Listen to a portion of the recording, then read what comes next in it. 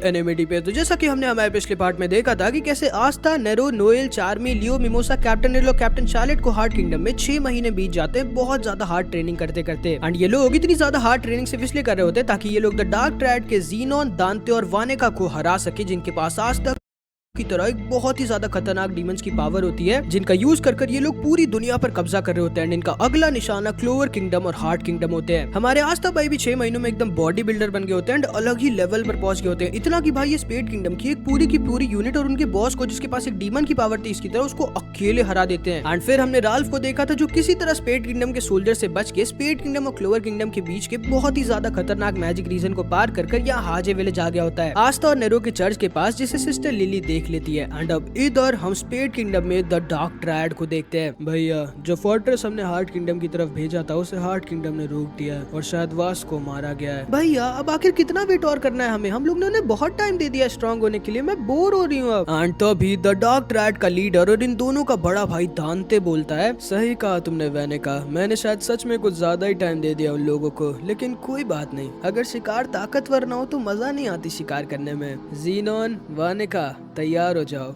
हम लोग शिकार पे जा रहे हैं। एंड अब इधर हम सिस्टर लिली और रैल्फ को देखते हैं। रैल्फ सिर्फ एक ही चीज बोल रहा होता है बार बार, वो होता है यूनो का नाम पता नहीं क्यों। एंड फिर इधर हार्ट किंगडम में हम इन लोगों को देखते हैं, गाजा चलो ना लड़ाई करते हैं। हाँ चलो, आज हम दोनों मिलके तुम्हें हरा के रहेंगे गाजा। एंड तभी एक और जल्दी से अंदर भागते भागते आती है और हाफते हुए कहती है, जल्दी हमें कुछ करना होगा, लोरो फॉरेस्ट में चार्मी अनकंट्रोलेबल हो गई है, अगर हमने उसे नहीं रोका तो वो पूरे के पूरे लोरो फॉरेस्ट को अपने एनिमल फॉलोअर्स के साथ खाली कर देगी। क्या? ठीक है, मैं चार्मी सेनपाई को जाके रोकता हूँ, आप चिंता मत करिए क्वीन लोरो पेचिका। एंड आस्था तुरंत ही चार्मी की तरफ निकल जाता है। एंड फिर इधर हम चार्मी को देखते हैं जो चार मीनार बन गई होती है भाई, जिसको देखते ही आस्था एकदम डर जाता है। एंड भाई ये अपने मैजिक शिप की मदद से और ज्यादा ठूस रही होती है। एंड अगर इसे नहीं रोका गया होता तो ये इन सारे लोगों के पूरे राशन को भी खाली कर देती। पॉटर ऑफ चार्मी को रोकने की कोशिश करता है, लेकिन इसका मैजिक चार्मी को रोक ही नहीं सकता था, क्योंकि चार्मी की शिप क्लाउड्स की बनी होती है ना, इसीलिए मैं भी आपकी मदद करता हूँ सर पॉटर ऑफ। लेकिन आस्था भी इसकी मैजिक शिप और चार्मी को रोक नहीं पा रहा होता। ये पूरा का पूरा जंगल हमारा है।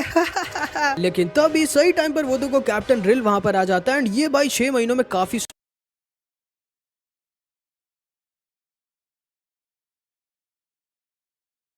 हो गया होता है। एंड ये तुरंत ही अपने पेंट मैजिक और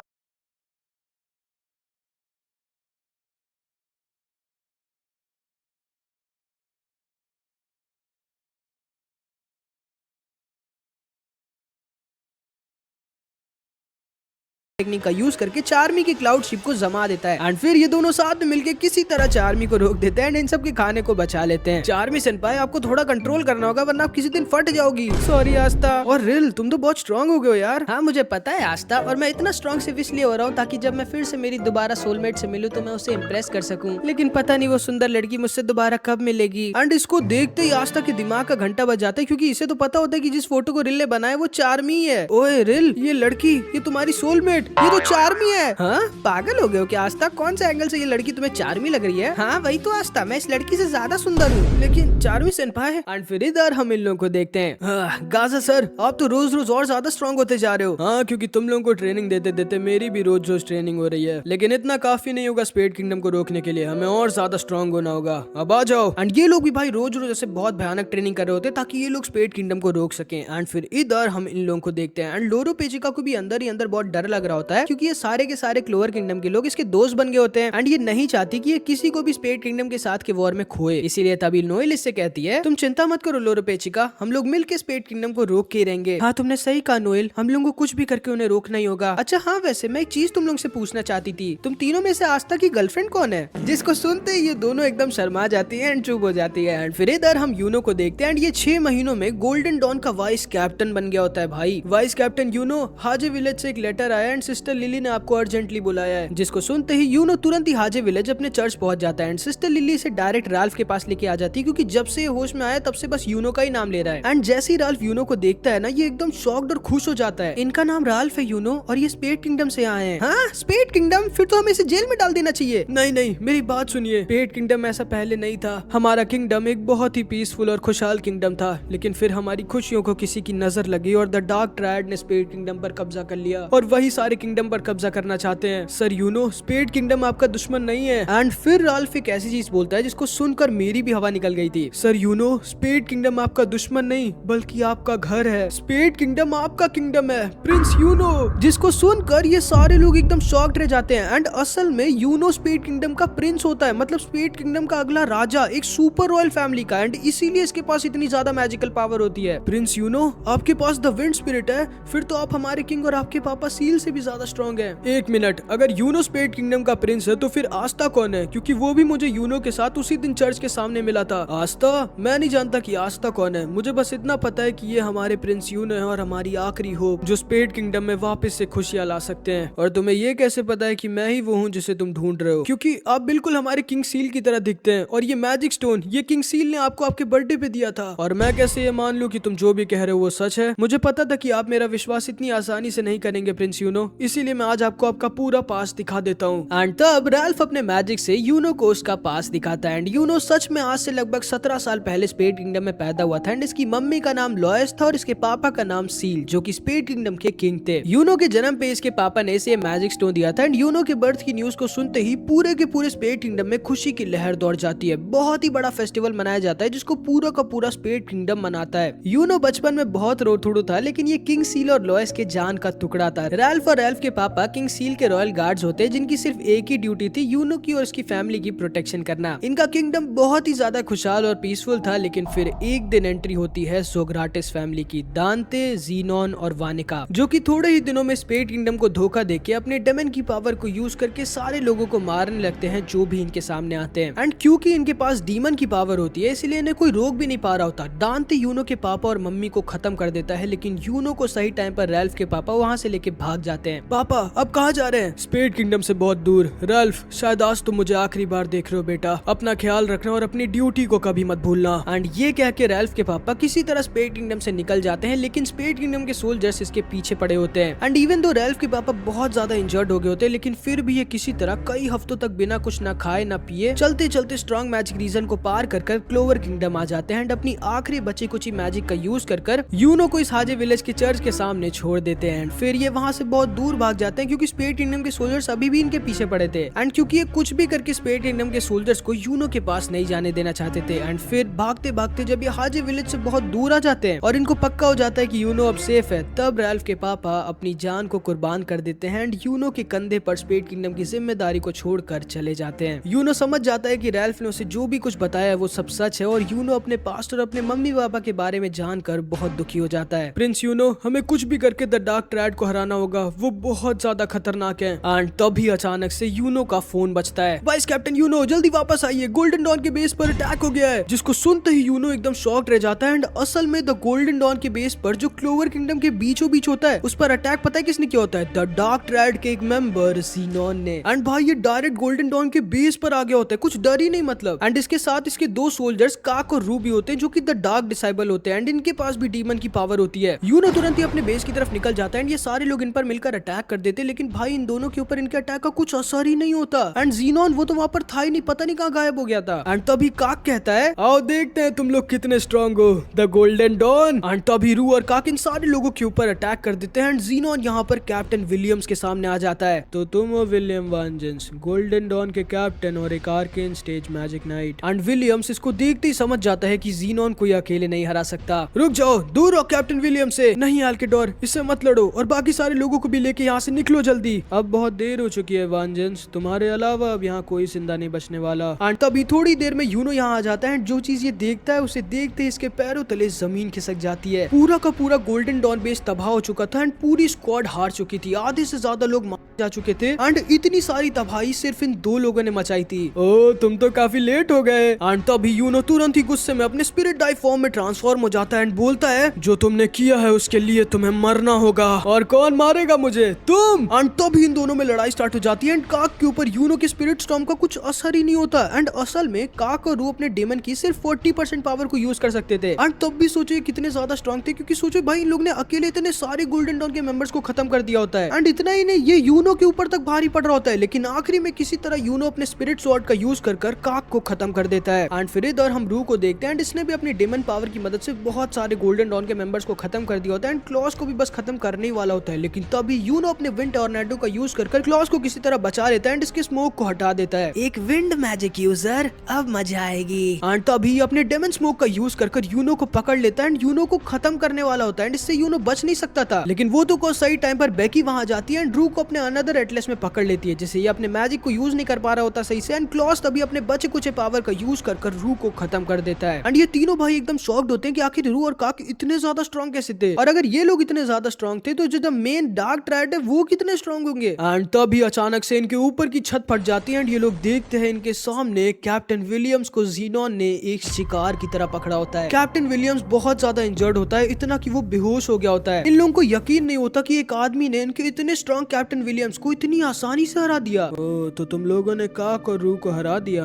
खैर ये लोग थे भी बहुत वीक। एंड तभी बेल कहती है यूनो जल्दी से स्पिरिट डाइव में ट्रांसफॉर्म हो जाओ, ये आदमी बहुत खतरनाक है। एंड तभी ज़ीनोन इन लोगों के ऊपर भी अपने बोन मैजिक से अटैक कर देता है, जो कि लगभग अनस्टॉपेबल होता है और बहुत ज्यादा फास्ट होता है। यूनो तो किसी तरह अपने स्पिरिट स्वॉर्ड का यूज कर ज़ीनोन के अटैक को रोक देता है, लेकिन ये दोनों उसके अटैक को नहीं रोक पाते हैं, बहुत ज्यादा इंजर्ड हो जाते हैं, इतना कि इन लोगों का बचना अब नामुमकिन था। यूनो बहुत ज्यादा गुस्सा जाता है, लेकिन अंदर ही अंदर इसे डर भी लग रहा होता है। ये फुल स्पीड में अपनी स्पिरिट स्वॉर्ड से ज़ीनोन के ऊपर अटैक कर देता है, लेकिन ज़ीनोन को छू तक नहीं पाता। एंड तभी ज़ीनोन इससे कहता है तो ये है तुम्हारी फुल पावर, हाँ अब मैं तुम्हें अपनी थोड़ी सी पावर दिखाता हूँ। एंड तभी ज़ीनोन अपने डीमन को यूनो के सामने दिखाता है, जिसको देखते ही यूनो की मानो सांसें रुक जाती हैं। मैं मानता हूँ तुम स्ट्रॉन्ग हो, लेकिन मेरे सामने तुम कुछ भी नहीं। एंड तभी ज़ीनोन यूनो पर अपना पहला और फाइनल ब्लो लैंड कर देता है। थोड़ी ही देर बाद रैल्फ भी फुल स्पीड में गोल्डन डॉन के बेस पर आ जाता है, जो कि पूरा तबाह हो चुका था। हर तरफ बस सन्नाटा था, मानो रैल्फ किसी कब्रिस्तान में आ गया हो। रैल्फ को सिर्फ एक आवाज आ रही होती है, वो होती है बेल के रोने की। एंड ये भी धीरे धीरे गायब हो रही होती है, क्योंकि यूनो धीरे धीरे मर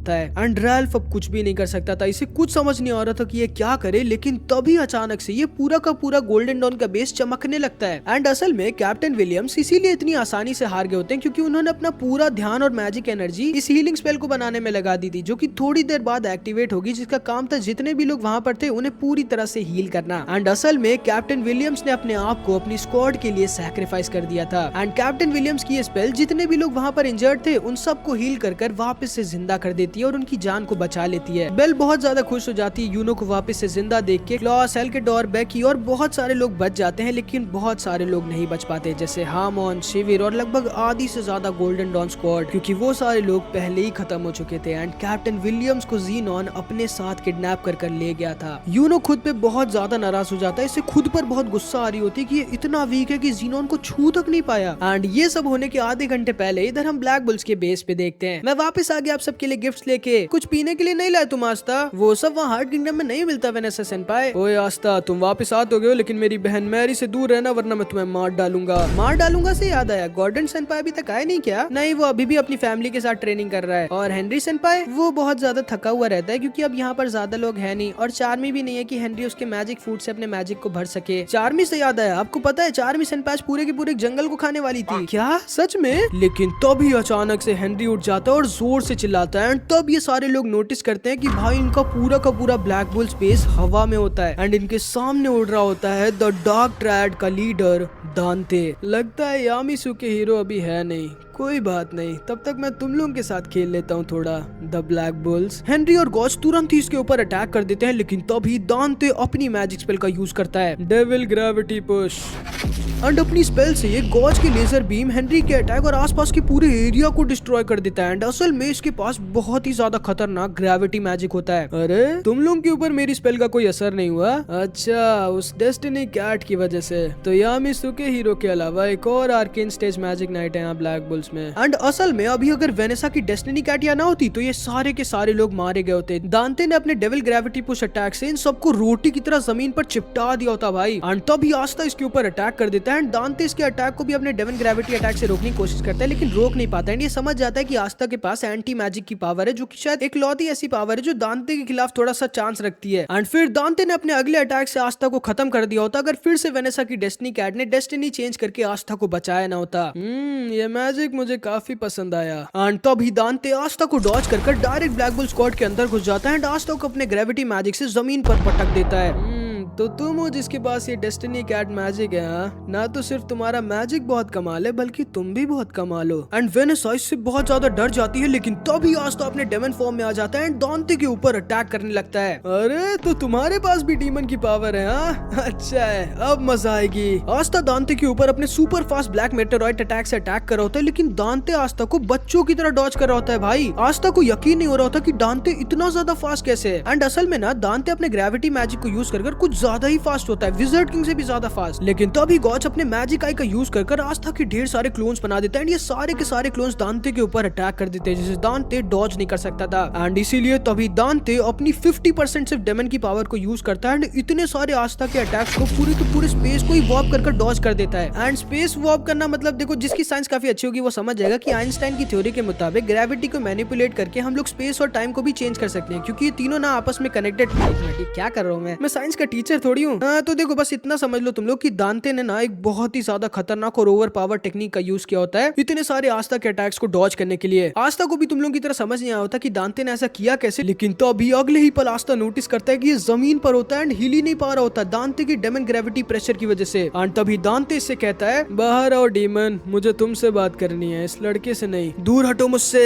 लगता है तुम्हारे अंदर का डीमन बहुत डरपोक और वीक है बच्चे, इसीलिए वो डर के मारे बाहर ही नहीं आ रहा। तो क्यों ना तुम भी हमसे हाथ मिला लो, आखिर में तुम्हारे पास भी हमारी तरह एक डीमन की पावर है। लेकिन तभी आस्था बोलता है, नहीं, मैं तुम लोगों की तरह एक डीमन नहीं बल्कि एक इंसान हूँ, वो इंसान जो तुम सारे डीमंस को रोकेगा। ऐसा है क्या? एंड तभी दांते ने अपने इस अटैक से आस्था को फिर से खत्म कर दिया होता, अगर फिर से वेनेसा की डेस्टिनी कैट ने आस्था को बचाया ना होता। अब तुम मुझे गुस्सा दिला रही हो मेरी जान। एंड तभी दांते अपनी 60% डेविल पावर का यूज करता है एंड वेनेसा की डेस्टिनी कैट को गायब कर देता है। वेनेसा एकदम डर जाती है एंड समझ जाती है कि ये सारे मिलके भी दांते को नहीं हरा सकते। एंड क्योंकि वेनेसा की डेस्टिनी कैट भी अब जा चुकी थी, इसीलिए दांते अपने अगले अटैक से आसानी से ब्लैक बुल्स के पूरे बेस को तबाह कर देता है। एंड फिर अपने मैजिक से दांते इन तीनों को पकड़ लेता है। एंड असल में दांते अपने डेमन ग्रेविटी मैजिक की मदद से ग्रेविटी को इस तरह मैनिपुलेट कर सकता है कि वो अपने आसपास की चीजों को जैसे चाहे वैसे कंट्रोल कर सकता है, बिल्कुल साइकिक पावर्स की तरह। दांते एक बड़ी सी चट्टान को तोड़ मरोड़ कर एक बड़ी सी स्वॉर्ड बना देता है एंड आस्था से कहता है, अब ध्यान से लाचार होके देखो अपने टीममेट्स को अपने सामने मरते हुए। नहीं, रुक जाओ, तुम मुझे रोक सकते हो अगर तुम अपने अंदर के डीमन को बाहर आने दो तो। नहीं, रुको। नहीं, फिर ठीक है। नहीं, रुको।